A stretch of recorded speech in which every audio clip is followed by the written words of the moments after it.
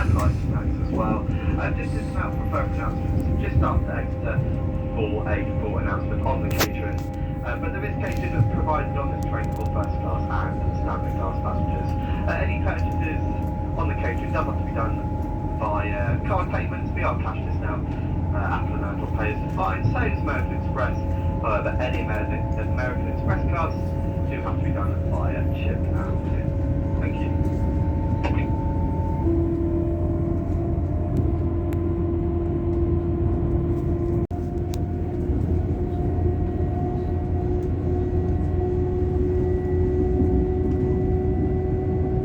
We'll be calling at Dawlish, Exeter St David's, Tiverton Parkway, Taunton, Castle Carey, Westbury, Hungerford, Reading and London Paddington.